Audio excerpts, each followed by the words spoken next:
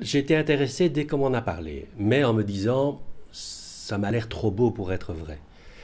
Le plus gros obstacle pour moi, c'était d'abord l'aspect confiance, et de pouvoir me dire, je vends là quelque chose dont je n'ai pas à rougir d'une part au moment où je le vends, et d'autre part où je n'ai pas à craindre que dans quelques années, le client vienne me dire où est parti mon argent. Et ça a été l'exigence d'être vraiment convaincu que ce produit pouvait être sûr et pouvait apporter au client ce que je lui promettais. Le pouvoir combiner un rendement quand même plus que correct et une sécurité, ça c'était un peu la quadrature du cercle que je cherchais. J'ai rencontré le produit il y a 4 ou 5 ans.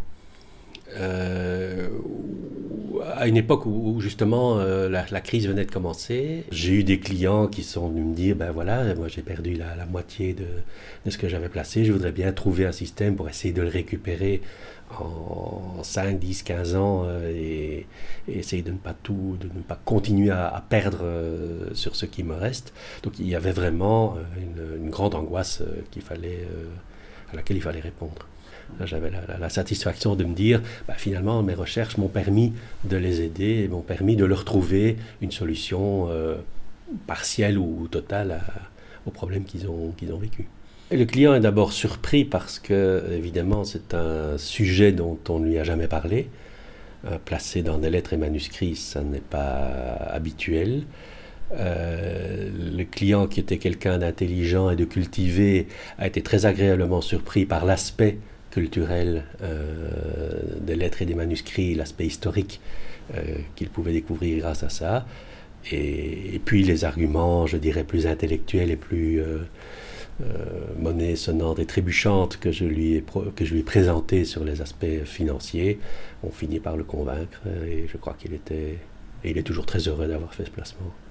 C'est un système qui existe en France depuis 35-40 ans, qui a été créé là-bas, qui est soutenu par le musée des lettres et manuscrits à Paris et maintenant, depuis une bonne année, par le musée des lettres et manuscrits à Bruxelles. En quoi consiste le principe? Le client achète des lettres et manuscrits pour un montant qu'il détermine au départ. La société lui achète et lui trouve sur les marchés, pour le montant qu'il a décidé, les lettres et manuscrits intéressants, le gère pour le client, le met en valeur dans ses musées, l'assure, le garde dans des conditions d'humidité, de température idéales pour que, évidemment, ces lettres et manuscrits anciens gardent tout à fait leur bon état. La société s'engage ensuite, 5 ans après, à racheter ces manuscrits au client, s'il le souhaite en tout cas, et contractuellement, ce rachat se fait à un taux de 40% supplémentaire à l'achat 5 ans avant. Donc 5 fois 8% après 5 ans. Alors, on ne peut pas sortir de là. C'est vrai que c'est peut-être le défaut du placement, c'est que vous vous engagez à les laisser pendant 5 ans. Peut-être en cas extrême de décès, de gros problèmes, on pourrait s'arranger avec la société, mais alors sans rendement. Là, on vous le rachèterait à ce moment-là au prix auquel vous les avez vous-même achetés. Il n'y aurait pas de rendement pendant les 5 années. Comme garantie, vous avez d'abord le fait que vous êtes propriétaire des lettres et manuscrits. Vous avez un certificat, vous pouvez aller les voir dans les musées, donc vous êtes vraiment propriétaire.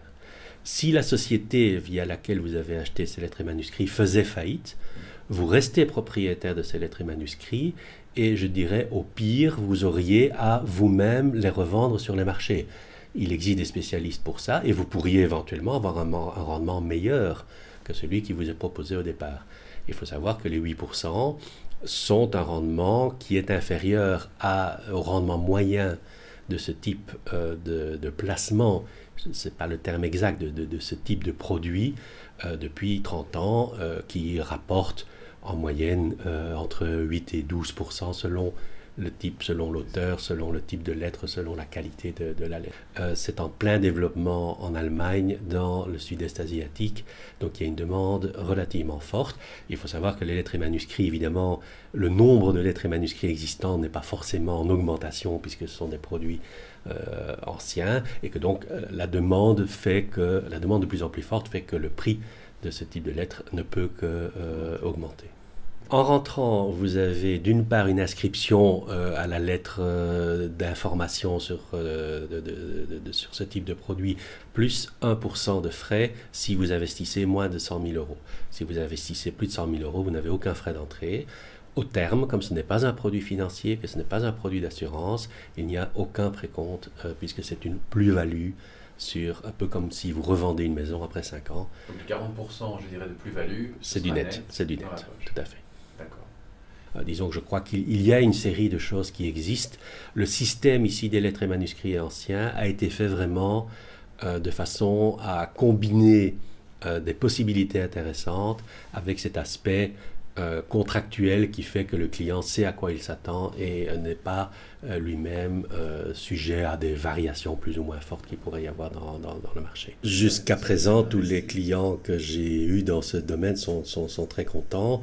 Les produits arrivent à terme, les clients qui arrivent au bout de leur placement récupèrent leur montant.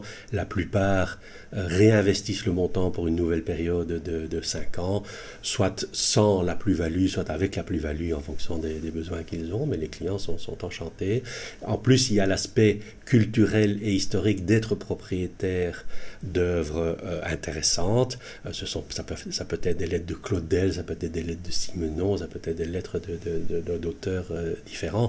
La société aristophile qui vend ce type de produit ne travaille qu'avec des intermédiaires qui ont été formés, qui ont été informés, qui travaillent avec elle et qui peuvent donner la garantie ce service est d'un conseil professionnel dans ce type de produit. L'intermédiaire ne vous coûte strictement rien, sauf qu'il vous apporte le conseil. Et alors, évidemment, l'ouverture du musée des lettres et manuscrits à Bruxelles a été le point d'or qui m'a vraiment convaincu, d'une part de la capacité financière de la société, parce que le musée des lettres et manuscrits, qui se trouve dans la galerie de la Reine, est quand même un lieu prestigieux qui a des expositions d'une part permanente et d'autre part périodique et temporaire, qui mérite la visite et qui rassure tout à fait sur les capacités, les possibilités de la société de remplir ses engagements. On parle de lettres, par exemple, d'Einstein sur la relativité restreinte. Bon, la société en est propriétaire, c'est quelque chose qui vaut... au départ, il avait acheté 12 à 13 millions d'euros, on leur propose maintenant 39 ou 40 ou davantage, qui n'est pas à vendre, évidemment, parce que ce sont des trésors que l'on ne vend plus et que l'on garde. Il y a tout cet aspect culturel, et puis, à ce moment-là, les séminaires, convaincus sur le plan intellectuel qu'il y avait aussi un intérêt financier à jouer dans ce jeu-là.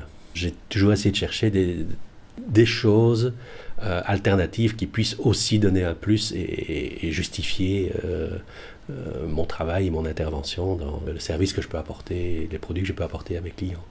Et à côté de ça, il y a bien entendu tous les produits classiques, branche 21, branche 23, les aspects, les produits d'assurance, vie avec fiscalité pour les dirigeants d'entreprise, pour les indépendants, etc. Tout ça sont des choses qui, évidemment, continuent d'exister.